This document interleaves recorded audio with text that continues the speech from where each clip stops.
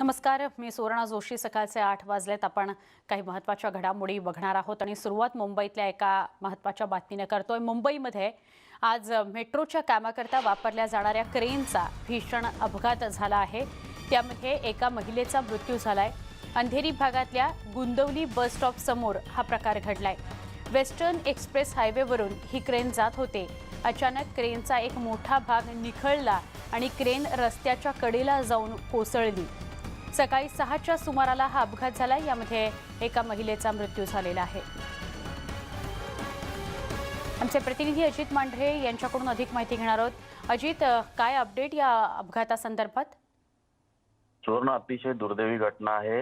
अचानकपणे क्रेनचा जो एक भाग आहे, मोठा भाग जो आहे तो कोसळला। त्या ठिकाणी काम सुरू होतं। काम सुरू असताना खालून जाणारे रिक्षा जे आहेत त्या रिक्षावरती आणि तिथे काही व्यक्ती होते त्यांच्यावरती हा क्रेनचा भाग कोसळला आहे आणि त्यामुळे या घटनेमध्ये एका महिलेचा मृत्यू झाला, तर 2 जण गंभीर जखमी झालेले आहेत। त्यांच्यावरती जवळच्या रुग्णालयामध्ये उपचार सुरू आहेत। मुंबईतल्या पश्चिम द्रुतगती मार्गावरती गुंदोली नावाचा जो भाग आहे त्या भागातील एक बस स्टॉप आहे। त्या बस स्टॉपवर हा प्रकार घडलेला आहे। स्थानिक त्या ठिकाणी मुंबई महानगरपालिकेचे कर्मचारी असतील, त्याचबरोबरीनं अग्निशमन दलाचे कर्मचारी असतील, ते घटनास्थळी पोहोचलेले आहेत।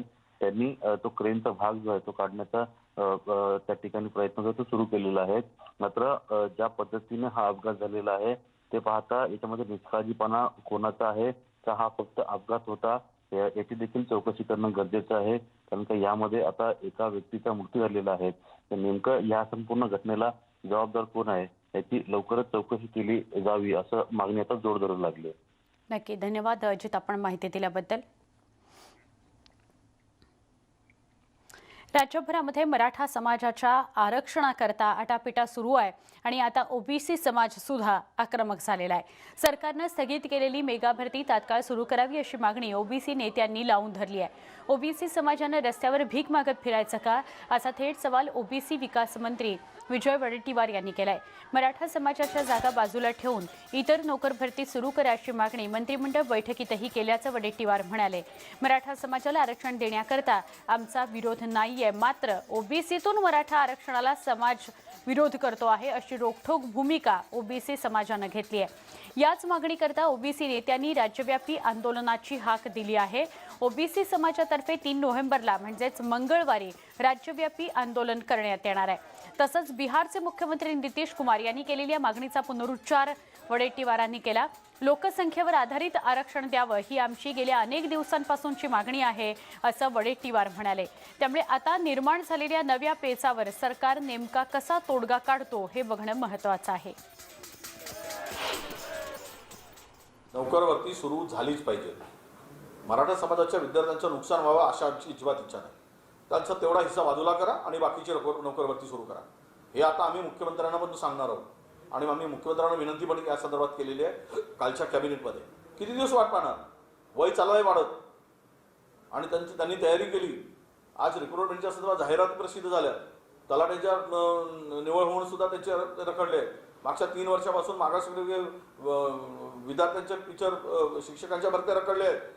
आता MBBSच्या म्हणजे MBBS साठी प्रवेश सुरू आहे।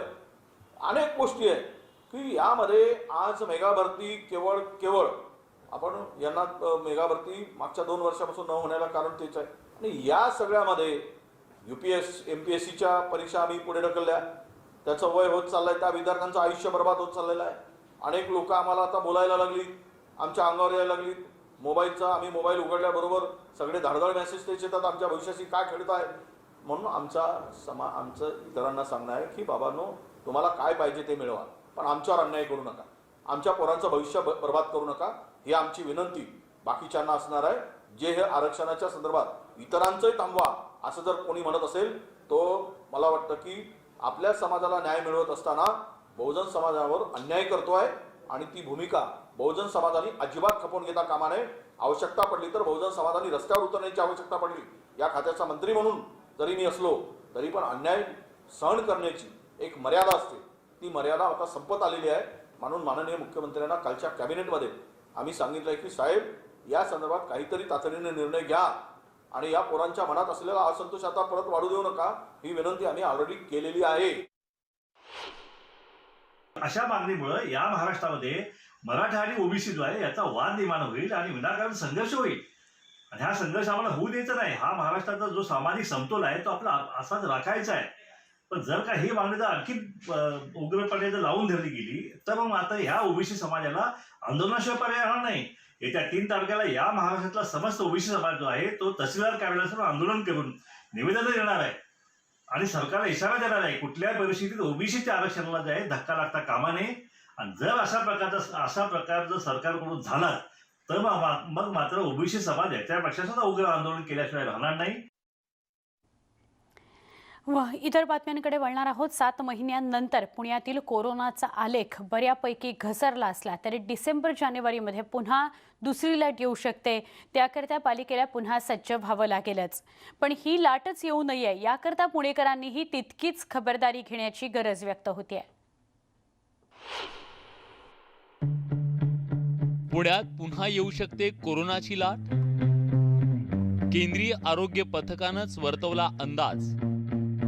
पुणेकर आता तरी सावधानता बाळगणार का?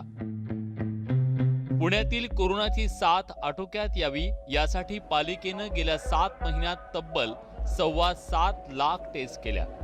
पण आता नवे रुग्ण सापडण्याचं प्रमाण मुळात कमी झाल्यानं साहजिकच टेस्टिंग सुद्धा कमी झाल्यात. परिणामी पुण्यातील दैनंदिन रुग्णवाढ 2000वरून थेट 300 पर्यंत घसरली आहे. आता तर बागा देखील उघडल्या जाणार आहेत. हॉटेल तर कधीच उघडली आहेत. रस्त्यावर पुन्हा ट्रॅफिक जाम होऊ लागलंय. त्यामुळे अनेकांना वाटतंय की पुण्यातून कोरोना आता हद्दपार झाला.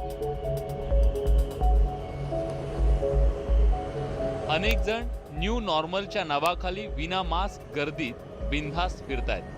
आता तर हिवाळा आलाय. त्यामुळे कोरोनाबाबतची ही बेफिकिरी अशीच वाढत गेली तर पुण्यात सुद्धा युरोपप्रमाणे कोरोनाची आणखी एक लाट येऊ शकते असा इशारा ICMRनं दिलाय. आत्ता जी काही हॉस्पिटल्स आहेत जी आपण ताब्यात घेतलेली आहेत ती आता त्यांचे बेड्स रिकामे आहेत. तर त्यासाठी सुद्धा आपल्याला हे लक्षात घ्यायला पाहिजे की आज रुग्ण कमी झालेले आहेत. त्याचबरोबर ते लगेच ढिलं पडून चालणार नाही. इथून पुढे जर दुसरी साथ आली आणि त्याच्यामध्ये जर रुग्णप्रसार जास्ती मोठा असेल आणि मृत्यूदर जर वाढत असेल तर आपल्याला या सर्व हॉस्पिटलची पुन्हा एकदा गरज लागेल. तर या पद्धतीने प्रशासनाने टेस्टिंग आणि इतर प्रतिबंधक उपाय त्याचबरोबर रुग्णांवर जे पॉझिटिव्ह निघतील त्यांच्यावरचे उपाय यासाठी पुन्हा एकदा अत्यंत डोळ्यात तेल घालून सतर्क राहायला पाहिजे. दरम्यान दुसरी लाट ही पहिल्या लाटे इतकी तीव्र नसेल असंही जाणकारांना वाटतंय. कारण पुण्यातील झोपडपट्ट्यांमधून आता बऱ्यापैकी हर्ड इम्युनिटी तयार झाल्याचं सिरो सर्व्हेतून स्पष्ट दिसतंय. दुसरा भाग जो आहे की युरोपमध्ये जे आता आपण बघतो आहोत दुसरी लाट, परंतु समशीतोष्ण कटिबंध युरोप म्हणजे आणि आपण उष्णकटिबंधातले लोक आहोत. त्यामुळे आपल्याकडचा हिवाळा पुन्हा वेगळा असतो. त्यामुळे तिथं जे घडलं अगदी तसंच इकडे घडलं असं नाही. आणि आपण हे पाहिलं लाटेच्या पहिल्या लाटेवर सुद्धा की आपल्याकडे वेगळं घडलं. त्याच्यामुळं इथं आत्ता पण त्यापेक्षा काही वेगळं घडायची शक्यता आहे. त्याच्यामुळं लाट जरी आली तरी तिची तीव्रता पहिल्या लाटेच्या तुलनेमध्ये तेवढी असणार नाही असा अंदाज आहे. पहिल्या लाटेचा कटू अनुभव गाठीशी असल्यानं प्रशासन मात्र कुठलीही रिस्क घ्यायला तयार नाहीये. आता बेड्स रिकामे असले तरी जानेवारीपर्यंत आहे ती यंत्रणा तशीच सज्ज ठेवणार असल्याचं पालिका आयुक्तांनी सांगितलंय. डिसेंबरला जानेवारीला मग एक परत काही लाट येऊ शकते का, हे काळजीची विषय आहे. आणि त्यासाठी सगळ्यांनी जर मास्कचा वापर सुरू ठेवला, हात सॅनिटाईज करण्याचा विषय सुरू ठेवला आणि सोशल डिस्टन्सिंग ठेवली तर हे दुसरी लाटसुद्धा येणार नाही. पुण्याला आजपर्यंत जे मार्चपासून सप्टेंबर अखेरपर्यंत जे वाढत चाललं होतं ते ऑक्टोबरपासून कमी होत चाललेलं आहे. असाच ट्रेंड सुरू राहील अशी आशा आहे, अशा आमची उमेद आहे. आणि त्याप्रमाणे पुढे जाऊन सुद्धा आमची त्याप्रमाणे प्लॅनिंगसुद्धा आहे की जर सेकंड वेव्ह आली तर काय आम्ही करणार. गणेशोत्सवात पुण्यात कोरोनाचा उद्रेक झाल्यानंतर पुणे जिल्हा प्रशासनानं पोलिसांमार्फत मास्क विरोधी धडक मोहीम हाती घेतली. त्यातून तब्बल 12.5 कोटींचा दंड वसूल झाला. अर्थात ही बाब पुणेकरांसाठी अजिबात भूषणावह नाहीये. हे स्वतः अजित पवार यांनीच बोलून दाखवलंय. आशा करूया पुणेकर पहिल्या लाटेतून नक्कीच काहीतरी धडा घेतील. पुण्यातील कोरोना साथ आटोक्यात आल्यामुळं पुणेकरी आता बऱ्यापैकी रिलॅक्स झालेत. न्यू नॉर्मल लाईफ सुरू झालेलं आहे. पण केंद्रीय पथकाने पुन्हा डिसेंबर आणि जानेवारीमध्ये दुसऱ्या लाटेचा इशारा दिलेला आहे. त्यामुळे पुणेकरांनो 2 गज की दूरी, मास्क आणि सॅनिटायझर अभी भी जरूरी है. व्हिडिओ जर्नलिस्ट निखिल आणि सचिनसह चंद्रकांत फुंदे, न्यूज 18 लोकमत, पुणे. आता एक वेगळी बातमी आहे. मास्क न घालण्याकरता अनेक जण काही ना काही कारणं शोधताना दिसतात. राज्यभरातल्या आमच्या वेगवेगळ्या प्रतिनिधींनी या मास्क न घालणाऱ्यांना त्यांची कारणं विचारली तेव्हा त्यांनी काय उत्तरं दिली बघा.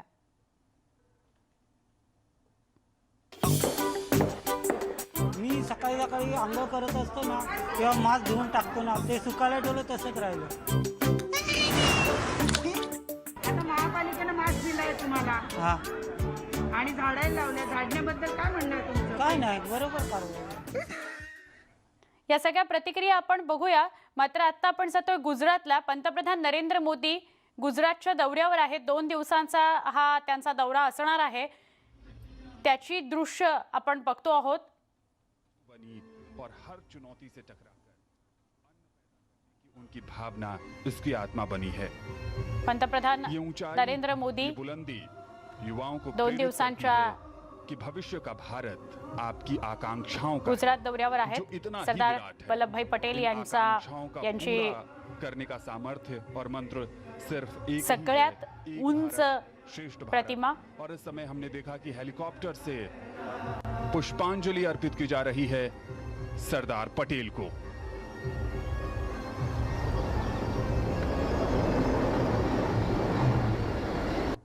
Floral tribute being showered from the skies, a dedication to the Iron Man of India, Sardar Vallabhbhai Patel.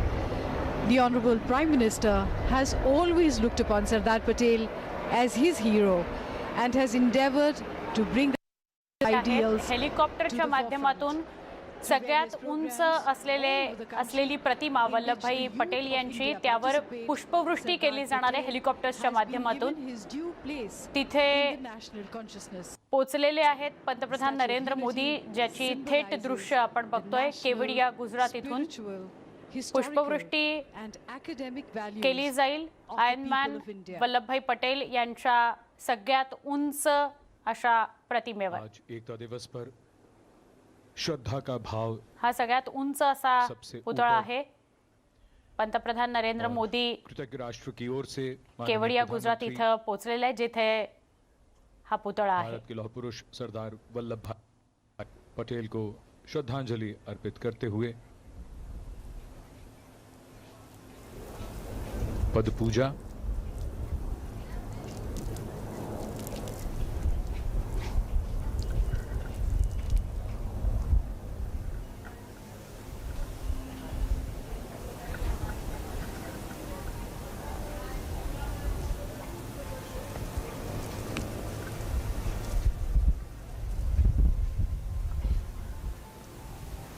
Statue of unity असा ज्याचा उल्लेख केला जातो.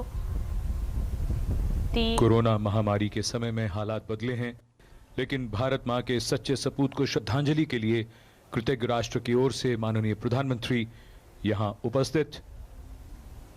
भारत मां के ऐसे सपूत जिनके व्यक्तित्व की दृढ़ता और इच्छा शक्ति के कारण देश और दुनिया उन्हें लौह पुरुष के नाम से जानती है. ऐसे विराट व्यक्तित्व की विराट प्रतिमा केवड़िया में, जहां प्रधानमंत्री श्री मोदी ने उन्हें श्रद्धांजलि अर्पित की.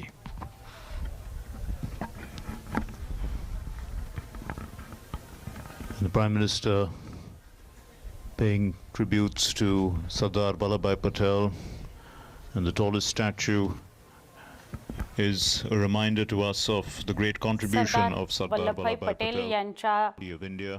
स्टॅच्यू ऑफ युनिटी जिथे आहे केवडिया गुजरात इथं पंतप्रधान नरेंद्र मोदी पोहोचले आणि त्यांनी आदरांजली अर्पण केलेली आहे. पदपूजा करण्यात आली आणि त्यानंतर पुष्प अर्पण केली गेली. वल्लभभाई पटेल यांच्या सगळ्यात उंच अशा पुतळ्याला. Made it quite clear that the contribution of Sardar Vallabhbhai Patel was so great लोह पुरुष that many of them didn't quite understand what he was doing until it was ज्यांना finally म्हटलं achieved. जातं ते He was Sardar called the Vallabhbhai Bismarck Patel. of India, and the wisdom of the statue of Bismarck of unity India म्हणून had been too much for them to understand. is हा what भाग they had प्रसिद्ध said, आहे, until it हा was पुतळा finally प्रसिद्ध achieved. आहे आणि And Kevadia we are all Gujarat the इथं beneficiaries of that. पंतप्रधान Narendra India Modi now a पोहोचले union आणि of त्यांनी states वल्लभभाई with पटेल यांना cooperative federalism, where the states आदरांजली and the अर्पण केली union आहे. work together जयंती निमित्त पटेल यांच्या जयंती निमित्त was what we see Kevadia in इथं diversity in our country. पंतप्रधान नरेंद्र मोदी पोहोचले Only of आणि सरदार वल्लभभाई पटेल यांच्या पुतळ्याला आदरांजली अर्पण करण्यात आली. सरदार वल्लभभाई पटेल यांची आज जयंती आहे आणि त्यानिमित्त केवडिया इथं पंतप्रधान नरेंद्र मोदी गेले होते. 2 दिवसांचा हा गुजरातचा दौरा आहे. In the footsteps of the great men who have created these paths. Sardar Vallabhbhai Patel यांच्या dedicated his life to create the freedom. पावलांची पूजा म्हणजे पदपूजा करण्यात आली. त्यानंतर पुष्प अर्पण करण्यात आली. त्यांना आदरांजली वाहिली पंतप्रधान नरेंद्र मोदी यांनी आणि त्यानंतर सरदार वल्लभभाई पटेल की ते पुन्हा 145वीं जन्म जयंती निघाले के आहेत. अवसर पर उन्हें श्रद्धा सुमन अर्पित किए. एक ऐसी शख्सियत जिन्हें स्वयं माननीय प्रधानमंत्री श्री नरेंद्र मोदी अत्यंत श्रद्धा भाव से देखते हैं, उनसे प्रेरित होते हैं. न केवल वे बल्कि सैकड़ों भारतीय, करोड़ों भारतीय आज गौरवान्वित महसूस कर रहे हैं. राष्ट्रीय एकता दिवस के इस समारोह के अवसर पर जिसका आयोजन यहाँ केवडिया गुजरात है,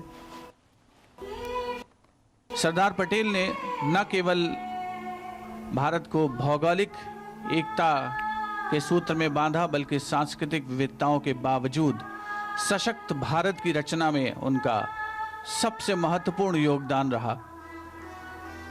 और 562 के भारत में विलय को अंदाज में कुशलता से अंजाम तक पहुंचाया, उसके उदाहरण इतिहास में बिरले ही मिलते हैं.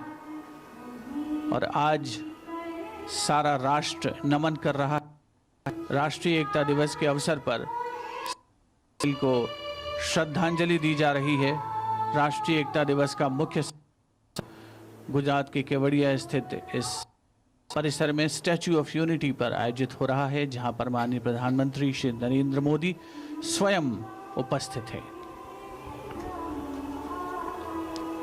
कोई चलता पदचिन्हों पर कोई पदचिन्ह बनाता है वही सूरमा इस जग में पूजा जाता है.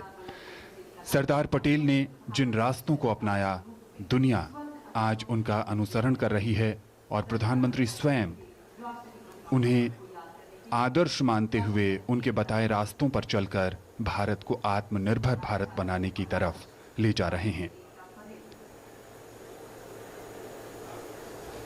स्टैच्यू ऑफ यूनिटी का ये पूरा परिसर पर्यटन के लिहाज से भी बहुत विकसित किया गया है. प्रधानमंत्री इस समय इसी परिसर में